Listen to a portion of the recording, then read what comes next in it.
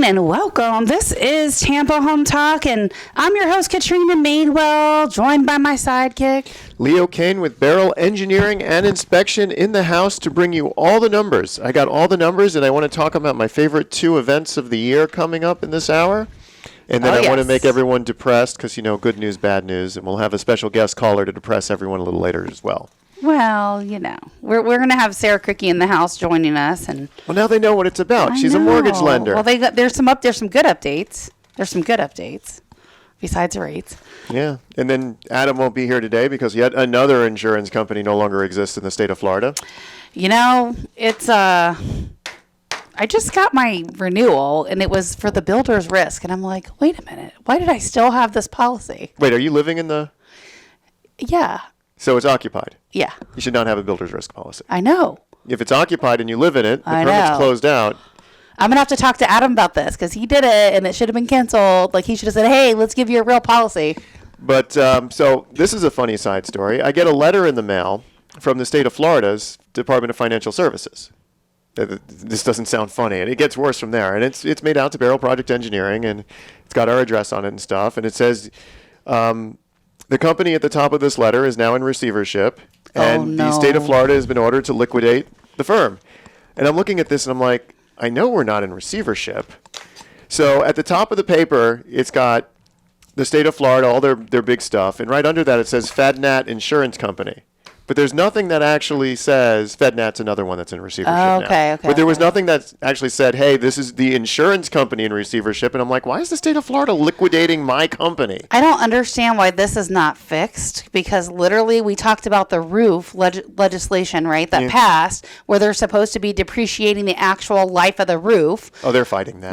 But I mean, come on, it's ridiculous. That's a homeowner maintenance thing. If you guys are complaining about your homeowner's premium, but you or your neighbor made a claim for your old roof, guess what? You're part of the problem. Well, all I'm saying that if you get a letter from the state of Florida that says this so-and-so company's in receivership, just check the top of the piece of paper to find out which insurance company it is. Don't panic. I didn't panic. I was just confused, but then I figured it out. So basically we've got to fix the insurance market. It's a mess. I mean, it really is a mess. So what that is, and we really need an attorney on here, like an Aaron. I know. I'm going to add her for late March or something. Yeah, we really need her, Erin Donovan, to talk about this. But when an insurance company goes into receivership, all your claims are basically paused for 6 months while everything gets sorted out by a company called FIGA. So if you are in the process of your Hurricane Ian claim and a company like UPC goes into receivership or FedNat goes into the receivership, your claims are on hold, which for me was a breath of fresh air because all my depositions got canceled. I have some free time today. But, you know. Like today? Today. Yeah, my deposition got canceled. It's painful, though. But just keep in mind that as insurance companies pull out of the state, it can impact your claim process. And that's why it's even more important to have an attorney or a public adjuster or someone representing you, because this is just getting more complicated rather than easier. And then what you mentioned with the whole... People try to blame the attorneys, but there's probably some bad attorneys, but it's not the attorneys. The attorneys like Aaron, they literally help people. It's the whole roof thing. It's bigger than that. I mean, people pay insurance to be able to use it. Insurance companies have such a big mechanism in place to prevent that from happening. And I know from both sides because we represent the homeowners and we also work directly for citizens. Yeah, I mean, again, the challenge is if it's anything that's homeowner maintenance, it should be depreciated, period. I would agree with that. You should not be able to make a claim on anything like a roof that's considered homeowner maintenance. No, I think you should be able to make a claim, but there's the useful value. It gets depreciated for every year. If you just put it on and a hurricane wipes it off, sure, replace the roof. But if it's 10, 12, 15, 20 years old, which we're seeing, come on. Here's where it gets tricky. If I buy a 30-year... Owens Corning, GAF, Certainty, Atlas, one of those, if I buy a 30-year roof, the insurance company tells me it lasts 12 years. The roofing manufacturer says it lasts 30. You'll get about 25. The insurance companies are depreciating it based on, well, after 10 years, it's got no useful life. And that's where I disagree with them. Yes, and, they will say that Florida is different. The shingles don't get 30 years here because of the sun. You still get 25. Yeah, you could. And here's where I think they should do. Like especially people that have the ability to save or have saved or have got some money saved, they should give you the opportunity to either exclude wind, which is not fabulous, but it would maybe make the premium realistic. Or like you put X amount for, the roof claim into a money market or some sort of account that's locked in. That's like, your emergency fund for your house, so that it shows you got some money. You're not going to make a claim just to make a claim on the roof. Well, and that's where I think like individual homeowners need to operate like mini condo associations. Yes. And they need to have their own, we call them reserve schedules, but it's basically your roof, your painting. It's a maintenance budget. A maintenance budget. Yeah. And it's on a table, and you put money away every so often towards this maintenance budget. So when these items come due, you can have the money to replace them. However, what we've learned on this show and through being a Dave Ramsey LP is people have less than $5,000 in savings. Yeah. And so this account should have like $20,000 to $30,000 sitting in it. We're going to talk about that. I've got some data for some of the generations Love today. Data. Yeah. So let's dive into the numbers real quick. Let's just talk about that, and then we'll chat about some data, some of the stuff we're seeing. We got to fix the insurance stuff. It's a mess. But anyway, the number of new listings on the market, we're coming in this week at 674. Up from last week. What? What? Up from last week. Sold 1070. Isn't that a little higher too? Do you remember? Is that higher? Do you memorize the numbers from week to week? I kind of remember. Okay. It's a little bit higher too. What? Numbers are up. Numbers are up. Pending at a solid 999. That's awesome. Decreases are 734. Get it priced right, guys. Get it priced right. I mean, we're still in a market where if you're reasonably priced, you're only looking at like 2 months of absorption rate. So if you're reasonably priced, your house is moving off the market. Well, our absorption rate's 3. We used to have listings on this show. What happened? The only one we have, Juanita's left still, because literally the tenants have been there forever, and the rents are.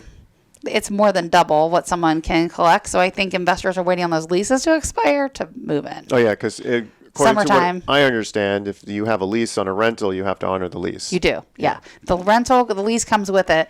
So I think they're waiting for both those leases to expire. One is in June, one is in July, and then those properties will move, because we get an abundance of calls. Everything else we have is sold. It's under contract, and we got some new stuff coming, but we're not allowed to talk about it yet. That's a whole different NAR rule. But anyway. I can talk about it, though. I'm not bound by any of these rules. You're not. Go ahead. Have fun. So Katrina's got these houses I don't even know about in the greater Hillsborough County area. I do. And Pasco. One's property, like on land. It's a good price. And I recommend you check out the open house, which is going to be on. We don't have anything planned this weekend yet. No, it wouldn't be this weekend, but when's your open house for this property I can't talk about? Once it's live, probably next weekend. Next weekend. Well, next weekend there'll be an open house. Probably more than one. So if you aren't lucky enough to be able to leave town for spring break due to the astronomically high airplane fees and ticket prices, so I heard, or the hotels in the state of Florida, if you're not able to go out for spring break, at least check out Katrina's open house. Well, it's not this weekend, but next weekend. Yeah, we'll have some. It's good that we're selling our stuff. Like literally as soon as we get it. Well, yeah, you're a real estate brokerage. It's really good that you're selling your stuff. The only one we do have is on Potter. So we have 3611 Potter Street. That's a decent home. Around the $350 price range. Pretty new. Bungalow style. Nice little house. $350 for a bungalow? Yeah, it's a good little house. Nice. Anyway, you can call or text if you want information on that or the ones coming. 813-377-2775. That's 813-377-2775. Or hit that like and smash button. You can comment. We'll get back to you too. Yeah. So you can call or text that number. You can. 813-377-2775. But you can't smash the like button you can on your phone. We just wouldn't see it unless it's on one of our socials. Exactly. Real quick, so let me go into this article, then we're going to talk about rates, and then we're going to have Sarah Cricky after the break. But the big cities, remember how we were talking about Florida, getting all this stuff? So I have to talk about this article that was on USA Today, and it said big cities are a big draw for Generation Z. So your Gen Zs are 11 to 26 years old right now. Okay. Wow. So what's the next generation? So your Y, which is 27 to 42. No, the other way around. Oh.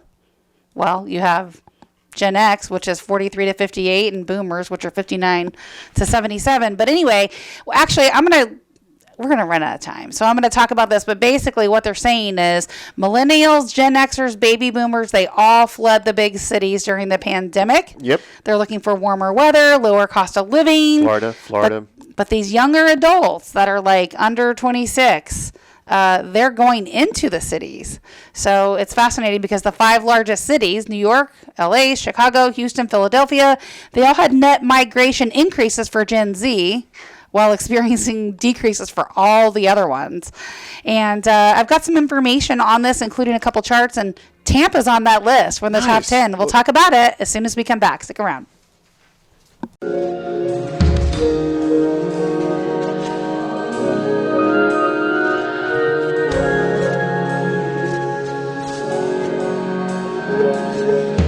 Welcome home. This is Leo Kane with Barrel Engineering and Inspection, rolling into lots of numbers about the big cities with Katrina here on Tampahometalk. Yeah, so according to this USA Today article, they're saying that these big cities are a big draw.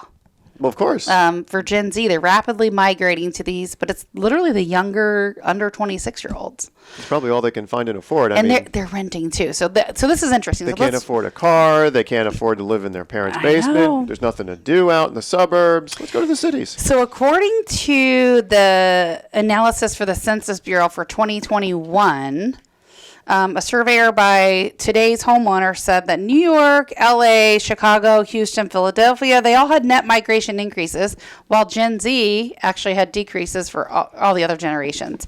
Millennials abandoned New York City in droves, so 96,600 members fled the city. Keeping Florida redder. Yes. I don't think we can call Florida a swing state anymore. Not anymore. We're going to get some more electoral votes, that's for sure. So the Big Apple turned out to be a big draw for Gen Z, which is like the under 26-year-olds. They lost 96,600, but they gained 3,043. Wait, so they lost 96,000 people. Yeah, all the other generations. They all came to Florida, and then you gained 3,000 youngins living on couches. So it's the largest net gain for New York City across all age groups, according to the report. And they're saying that the other large cities also saw similar gains in Gen Z population, with Washington, D.C., Columbia, Boston, each had net migration of over 10,000 a day per city. Florida is the most moved to state in the country. That's what I said earlier. But not when it comes to Gen Z. That's what they're saying. Well, I mean, there's the joke that old people come to die in Naples, and then they send their parents to Sarasota. I guess that's what they're thinking. I don't know. But anyway, apparently young people live in Tampa, so they're all moving south, right? Yeah, well, or north. Tampa's a big tech city, so they've worked really hard to attract a younger generation. St. Pete's done a lot to kick out the homeless, to make their city cleaner. We have, but these are going to be Y and millennials, so the 27 to 42-year-olds. That's going to be most of them. You might have some under 26, but not many.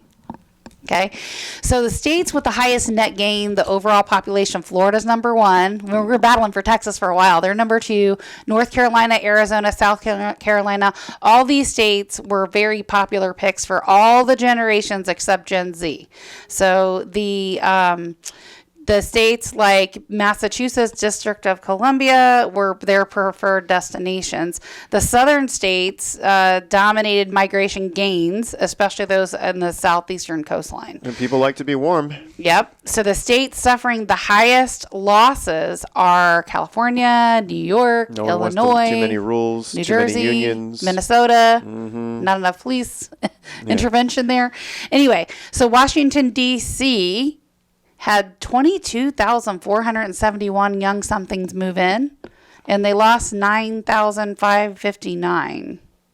So Tampa had 7,799 move in and 2,303 move out. So we had a net gain. Yeah, nice. We did. We gained. Yep. So there's a bunch of other cities on there, and what we need to roll to next is the Fed rate hikes. So I know the Federal Reserve basically is going to continue to hike rates this year. They're sounding the warning bells, and they're saying that inflation still remains stubbornly high, and that this is going to lead to them raising that benchmark rate even higher in the coming months ahead. So I guess what to piggyback on earlier, remember I said I was going to tell you that and then you chime in? They're saying that the debt among 30 to 39-year-olds is $3.8 trillion. It's up 27% from 2019, and they have an average credit card debt of $6,750. See, this whole debt, the national debt thing really needs to be dissected, though. Because if part of that national debt is I went to college, and now instead of getting a $15 an hour job, I'm getting a $45 an hour job. The debt offset is 3 times the amount of the debt collected. And then that's the problem with the national debt, is it doesn't account for its offsets or the economic gains by accumulating it. Sure. If I buy a house and it's cheaper than renting, I have now got a $500,000 house in the national debt, but I'm not renting. Right. And that's an offset. Well, the problem is, too, that you have the younger generation that's still, the same generation. Apparently the ones that are moving out to the big cities and are moving by themselves. The rest of them are still living with their parents. I know because I have 2 at home that are in that generation. So basically, the problem is people are still spending money. And so that younger generation is definitely spending money. So Christopher Waller, he's, on the Fed's influential board of governors, he said basically that the economy just continues to show signs of strength and inflation are continually elevated. So central bank would have to lift its key rate above 5.4%. And that would mean that Feds it's going to be higher than what they anticipated in December, and they projected around 5.1 this year. So the data just shows it's not slowing down. The labor market's still strong. The other misnomer there that you have to take into account, though, is if you're raising rates to curb spending, but spending's still happening, that means these people are spending money because they have to. It's not necessarily because they want to. Which is why the old school economics theory is we're going to raise the rate so people who want a purchase aren't going to make a purchase. But if you have to make a purchase, you're still going to spend. I mean, when I make my dog food... if you need a car, you're going to buy it. Yeah, and like, for instance, I make dog food, and I used to buy 3 pounds of turkey for $9.99. That same 3 pounds of turkey now costs me $14.99. Yeah. I can't not feed my dog. Right. And I'm not going to feed them bagged whatever goes in the bag stuff. Some people are going to have to. They'll change to cheaper things because they just have to. And their health and well-being will suffer for it. Yeah, unfortunately, but I think that's part of it. So, Sarah, I got a bunch of information on the Feds, but I'd love to hear from you. So what's going on like in the rate world? And there is some actual good news on your side as well. Yeah, so good morning. So, we were really hopeful in January of this year because, there was a brief boost there and mortgage rates fell a little bit. But they have consistently moved up over the last 4 weeks to the tune of about 0.5%. And there's just not a very clear trend on that. It's very volatile right now just because of the uncertainty in the market. But certainly it is impacting, purchase applications right now in terms of, buyers kind of retreating from the market a little like they had done in the past. Well, we're seeing, like, when you look at the median price, Sarah, which we've talked about, it's right at $400,000 on the nose, which is a little bit skewed because it also includes Hernando, which means the closer you are to Tampa, the more likely you're closer to 5, right? So, I mean, when you're taking that number of $500,000 and you compare that to what you could buy a year ago, I mean, that payment is what, $1,000 higher? Conventional rates are driven off of multiple factors: type of occupancy, type of property, credit score, down payment. There are multiple factors that go into what drives an actual interest rate for an individual. But certainly rates are conventional rates are hovering in the low 7% right now, depending on your qualifications. And it makes a big difference, in terms of where we were even a year ago. So I called that. If you remember last year, I called that. Didn't I say we're going to hit 7? You did. Yep. And I think we're going to balance out close to 8. I really do. That's the national trend. That's like when you look at historically data going all the way back to 1990, which is a pretty good track record. We're going to be somewhere around 8. But if raising rates to curb spending isn't working, what is actually going to curb spending?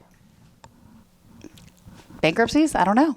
I don't have an answer. But even that's temporary, right? Like, if they get rid of the debt, they're just still going to spend again. Pretty much. And so a consumer, really, it's very important now that, if a consumer is quoted a lower interest rate than what is what the market's calling for right now, it makes sense to look at any potential cost for that rate. It's easy to throw out a 5.8% rate, for example, but it's important to know what cost comes with that rate. How long am I going to be, how much interest am I saving versus a rate that has no cost, and what is my break even for paying for that interest rate? And you have to look at the whole picture, right? Like if you're a buyer in this market and you're renting, you're still better off to buy a home than you are renting. Because if you're renting, you're paying 100% interest. You're not gaining any equity at all. There's no appreciation. The feds are going to meet March 21st and 22nd. So, I think if you've been thinking on the sidelines, I'm going to wait for prices to come down, I'm going to wait for rates, you better just jump in because they're not going to. Matter of fact, Pat, I'll send you a little Dave Ramsey clip. Maybe we could play when we come back.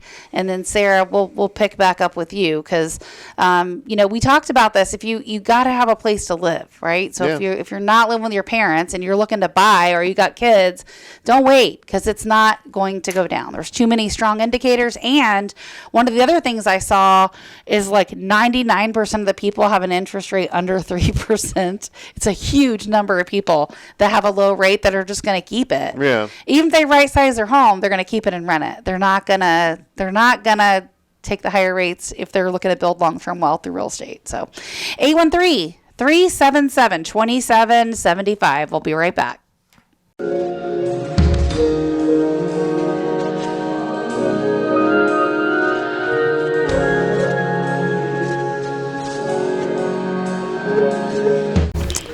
So welcome back.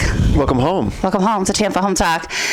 Off-air number, 813-377-2775. Call or text, 813-377-2775. We get the question all the time about the home values, right? People say, it's going down, it's going down, it's going down. I'm telling you, people like Dave have lived through it, right? They lived through the financial S&L crisis of the 80s, like in all this crazy stuff. Saturday Night Live had a crisis? No. Yeah, that's a different, SNL, Savings and Loan is what it used to be called, not before Saturday Night Live existed. But, Pat, will you go ahead and hit that clip real quick from Dave? It's like 20 seconds. Yes, I know the economy sucks. Yes, I know eggs are more than gold. I understand all that. But housing is not going down in value. Things go up or down in value based on simple supply-demand economics, and we have a shortage of housing, not an oversupply. That's right. So with that being said, that's what we measure every week. Remember, we talk about the absorption rate. We look at the numbers. We're at a 3-month supply of homes still. That is definitely a seller's market. So that's why. And we talked about the rates, how people are glued in on these lower rates. They're not going to get out of them. Sarah? So what do you think? What kind of things are you seeing? Is it mostly hometown heroes still that are buying, which is an excellent program, by the way? Or like what stuff are you seeing? We're definitely doing a lot of hometown heroes. This program was funded with $100 million. It still has $41 million left. We are actively selling that program. It's wonderful in the sense that the pricing is better. Someone purchasing a home in an FHA loan, for example, right now, with, let's say, a 640 credit score, is going to be dealing with a pretty high interest rate, okay, based on that credit score. What would the rate be like that roughly? What do you think? Like in the last couple of days, what have you seen? I would think in the sevens, and probably with a cost associated with it. Like several $1,000s, right, just to get a loan? Correct. And so, for example, Hometown Heroes rates are published once a day. They're not out yet for today, but yesterday's rate, for example, in that scenario with a 640 credit score would have been 6.5% with no cost associated with it in a fixed penalty-free loan. And when you use that product, you're also exempt from paying sales tax on your home loan to the county and to the state. So the county charges sales tax based on your loan amount when you purchase a home, and the factor is 0.2, and the state charges a factor of 0.35. So when you total that, for example, on let's say a $300,000 loan, you're basically also saving $1,650 in closing costs because you are exempt from that. Nice. So there are all kinds of benefits for using that product. It is occupation specific.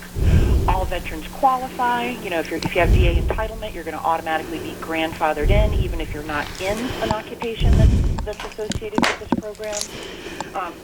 But it is definitely something that we look at every chance we get. So let's talk about the MIP rates too, Sarah, because that's a little bit of good news on that horizon. Then I imagine in the future they're going to have to get rid of that, you know, that permanent life alone MIP. But yeah, so the MIP life of loan that you're referring to, that changed back in 2013.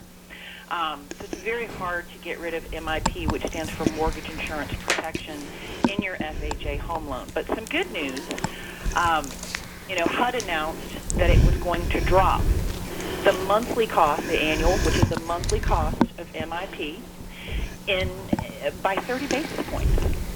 Nice. which is huge. It's huge. It is huge, and I'll tell you how significant it is. You know, a month ago, you know, that mortgage insurance factor with a 3.5% down payment was fixed at 0.85 across the board for everyone. It's not credit score driven. Everyone gets that factor. Dropping that effective March 1st by 30 basis points means that new annual is 0.55. So can you do the math for that really quick, like on a $400,000 house? How much is the MIP changing? Awesome. So basically half. $400,000 house with a 3.5% down payment at that 0.85 factor, the mortgage insurance premium and the payment would have been $273.42 per month. With the new lower factor, effective March 1st, it's $176. It's a big deal. Mm-hmm. The savings is almost $96.50. It's almost $100 a month. And, you know, that equates to A, payment savings, or B, you know, close to $20,000 more in buying power. I'm feeling so old when I hear $273 in mortgage insurance. I've literally had car payments lower than that. Well, Sarah, thank you so much for bringing that information. I really appreciate it. It's a little bit of good news, and that Hometown Heroes is still really strong. How much money is left in that? $41 million. All right, let's sell some homes to our veterans, to our police, firefighters. Like, there's so many people that qualify. Call or text us. We'll get you connected and see if you're on that list. 813-377-2775. That's 813-377-2775. And we're going to take just a moment to roll on over to Rhett Rollerson, Sarah Quickie from the mortgage firm, official show partner for Tampahometalk. Thank you so much for joining us. And I'm so excited to welcome back our guest, Mr. Rhett. Remember him from the Strawberry Festival? Gotta love the Strawberry He's Festival. been a busy little bee, and he's running into a meeting at 10, so he's joining us by phone. Welcome, Rhett. Hey, good morning, everybody. How are y'all doing? We are doing fantastic. I got the question on everyone's mind right now. Does the Strawberry this year, does the mascot have a mustache again? I love that year. No, it's the theme. He has a beard. We are a winner because the Strawberry Shortcake is now the official dessert of the state of Florida. Woo-hoo! Woot woot. Signed that bill. So, actually, ironically enough, they had me dress up as Mr. Barry the other night, and Mr. Barry's kind of got the tracksuit look now with a headband. You know, it's kind of like a winter theme. So, being a winner. So yeah, Mr. Barry had the headband working and the tracksuit and the sweatbands going. So yeah, a little bit different look for Mr. Barry this year. Go Berry Man. Speaking of strawberries, what's up with these pine berries? I'm seeing advertisements for pine berries. They look like an inverted strawberry. What's going on with that this year? Yeah, it's got a little bit. It's a little bit of a almost like an albino strawberry. It's some kind of cross between a pineapple and a strawberry. I know that Wish Farms has been promoting those a lot, and I've eaten them. They're really good. They're they taste kind of like strawberry, maybe a little different sweetness to them, but yeah, that's just kind of a different variety of the strawberry, and I don't know how it was created, but yeah, it's just something different for someone who wants a different. Somebody might just want the red, but for someone who wants a little bit of a different type of look, and that might fit the bill for them. So we don't have to worry about those in Plant City then. There's no. I get my pure. I've been eating them for 300 years. Pure red, delicious, sweet strawberries there. Perfect strawberries. We would probably fail to exist if we didn't have the red strawberries. We got to go with the old reliable. It's okay to have some change every now and then, but you always have to have the old staple to make it happen. You know that. So tell me a little bit about the Strawberry Festival. I know it's part music concert, part state fair, part awesome, part vendors set up outside selling gallons of strawberries for like $5. So tell us a little bit about what we can expect this year. Yeah, I mean, it's our 88th annual. Well, we've had during World War II, maybe I shouldn't say annual, but our 88th Strawberry Festival. We kicked off yesterday. We're excited today. You mentioned concerts. Today we have Willie Nelson, 90 years old, just released another album actually today. He's incredible. He is incredible. It's sold out. 10,000 seats sold out. That's incredible. We have something for everybody as far as music. We have the Pointer Sisters coming out this week. We have King and Country. Different variety acts of whatever, country, Christian, R&B. We have a 3:30 show as well as a 7:30 show. So something for everybody. We've got some tickets we're going to give away here shortly for Josh Turner on Monday, who's widely regarded as one of the best voices in country music. He is great. I actually saw him in Tennessee. He did a whole public Patriot Park festival. He was really good. Really good. He got a great deep voice. Of course, the rides. We have a new the berry like the sky ride, and I went on yesterday, and I probably could see you guys from where I was from, downtown Tampa. All right. Wow. I'm not a big fan of heights, but it's pretty cool. You're brave. Play with me a little bit. They got the sense that I was scared of heights, so they kept me up at the top a little longer than I would have liked, trying to play a trick on me, which I didn't appreciate very much. We have the kiddie rides, we got the adult rides. Obviously, any kind of food item you could ever want. We're very proud of what we do at the Florida Strawberry Festival. We think it's a family-friendly environment. We don't serve alcohol. We typically don't have a whole lot of issues as far as with riffraff. Violence or any kind of. You don't have a lot of riffraff. What I'm looking for.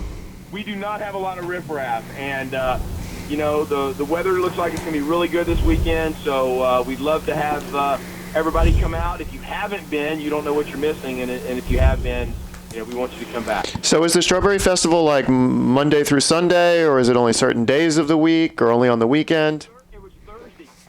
It's Thursday through Sunday. So it started yesterday. It runs for 11 days, all the way through next Sunday. So, and we're closing next Sunday with Leonard Skinner. So we're kind of excited about that.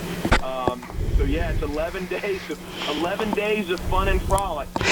Now, I will tell you that the weekends are usually the busiest. Obviously, Monday's parade day, and the Plant City area kids are out of school, so Monday's usually But I'm telling you, Tuesday, Wednesday, Thursday. If you're looking to get out there and not have to fight the crowds, those are the days that I would suggest you go out. You can enjoy without being around 100,000 your best friends. I know we're going to give some away, but how much are the tickets?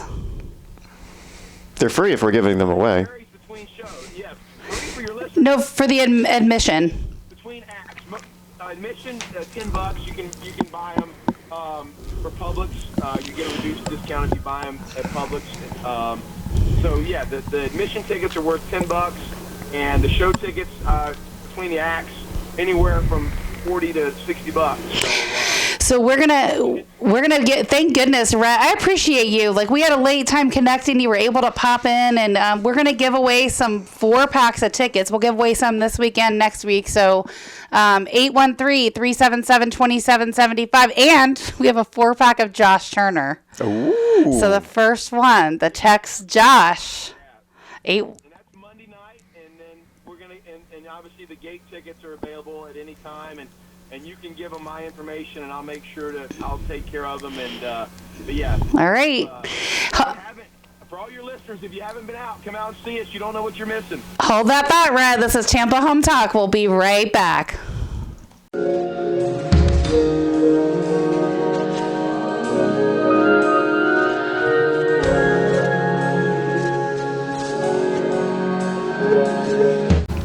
Welcome home. This is Leo Kane with Barrel Engineering and Inspection, bringing you 813-377-2775. Because we have tickets. 813-377-2775 if you want Mr. Barry tickets. Yeah.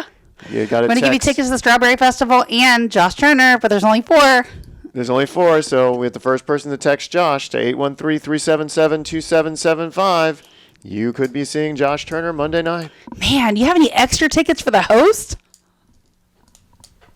And his hush falls over the guest. He's like, maybe. Which concert is that you're talking about? Well, you said Josh Turner, right? We're going to give away a 4-pack. That's awesome. I figured you want to see King and I Country. want to be the listener today. For King and Country, if you guys haven't seen them in concert, oh my. They are dynamic in concert, and I'm so excited. I'm skipping my son's high school baseball game his senior year. There's only a few high school baseball games he's got left, but I am not missing for King and Country. When are they coming? Concert that is Thursday night. They are Thursday night, and they are dynamic. I'm looking forward to the Pointer Sisters on Wednesday. Originally, it was going to be the Jacksons, but one of the Jacksons had a medical issue, so now it's the Pointer Sisters. So I'll be able to get in my 80s vibe there. So, Rhett, let me ask you, how do you guys get such incredible acts? Like, every year you always have really good name brands. A lot of country, but not all country. How do you get so many? It used to be all country back in the day. Yes. We tried to be a little bit more diverse. We've got an entertainment committee. We've got agents that are representing us. You know, quite honestly, it's a lot more of a challenge than it used to be to get the acts. And the whole COVID thing didn't help much, but yeah, I mean, I think we've got a pretty well thought of reputation the way we handle our business. As far as we run a first class act, we take care of them backstage. You know, the sound, the lighting, everything is really good. I mean, we've had Taylor Swift, we've had Garth Brooks, we've had Alan Jackson.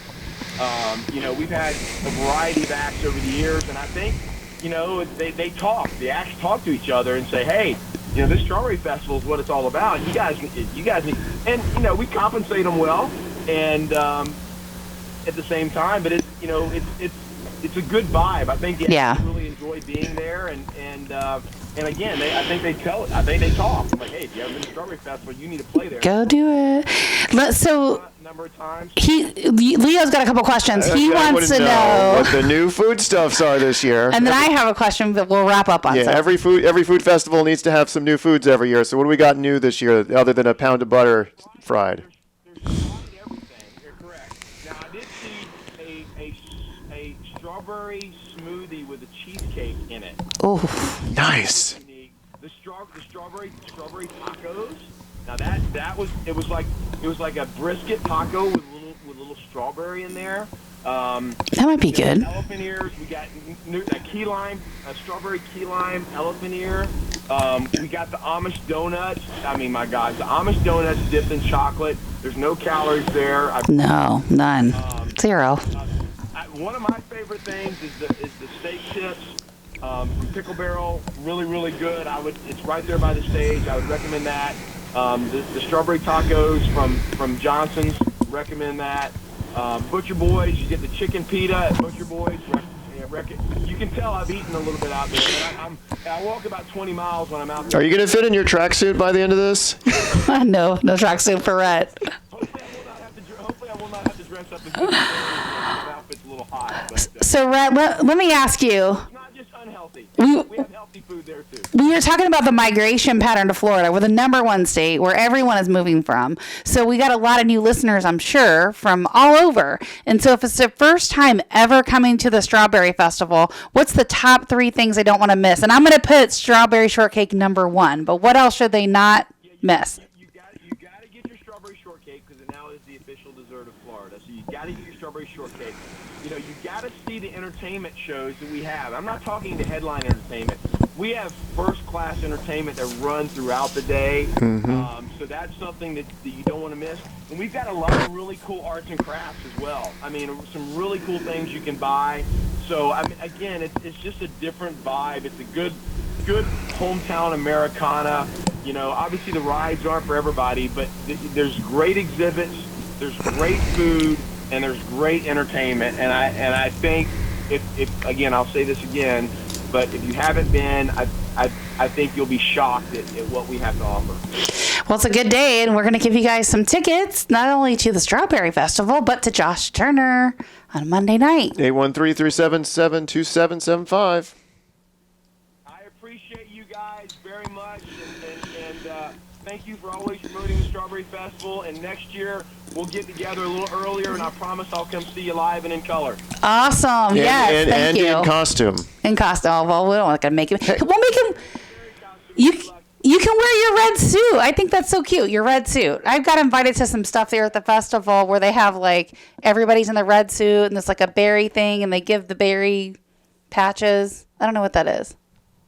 I got my red sports coat. Yeah, I'll break it out a couple times a year. Well, hey, I appreciate you guys very much, and I hope to see you out at the festival. And if there's anything you need from me, just let me know. Thank you, my friend. Thanks for rejoining us. And as always, we're happy to promote the Strawberry Festival here in Tampahometalk, and that's running through next Sunday. Next Sunday. So just opened yesterday. Thanks, guys. Have a good one.